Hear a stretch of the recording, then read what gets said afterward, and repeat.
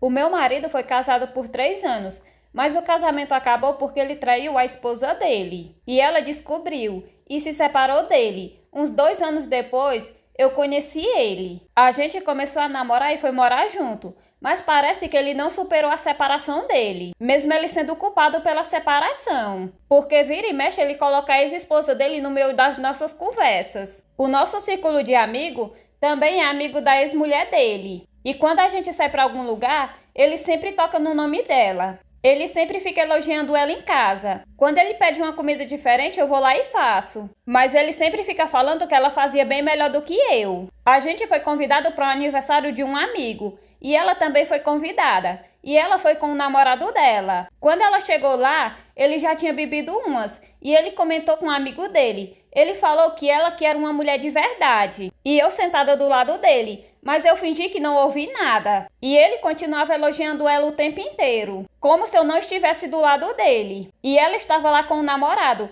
conversando com outras pessoas, nem olhava para ele. E ele continuava falando nela. Até que uma hora ele já chapadão, ele foi lá tirar satisfação com ela. Porque que ela estava com outro homem na frente dele, como se ela tivesse que dar satisfação. E não demorou muito. Começou uma discussão entre eles dois. Ele agarrou ela e tentou arrastar ela para fora da casa. E aí o namorado dela entrou no meio da confusão. Aí que a coisa ficou feia. Esses homens começaram a brigar. E eu fiquei de longe só observando a confusão. Não cheguei nem perto. Quando a confusão acabou, foi que ele lembrou que eu estava lá com ele. E aí ele foi me chamar para ir para casa. Eu falei que não ia. E ele saiu. Quando eu cheguei em casa, ele estava dormindo. Eu não aguentava mais nem olhar para a cara dele. Aproveitei e fui arrumar as minhas coisas. Quando ele acordou pela manhã, eu já estava com as minhas coisas tudo arrumada. Ele perguntou para que era aquelas coisas arrumadas e o que estava acontecendo. Eu falei que estava indo embora, que eu não aguentava mais ser humilhada por ele. O que ele tinha feito na noite passada tinha sido o fim, que era para ele procurar um tratamento,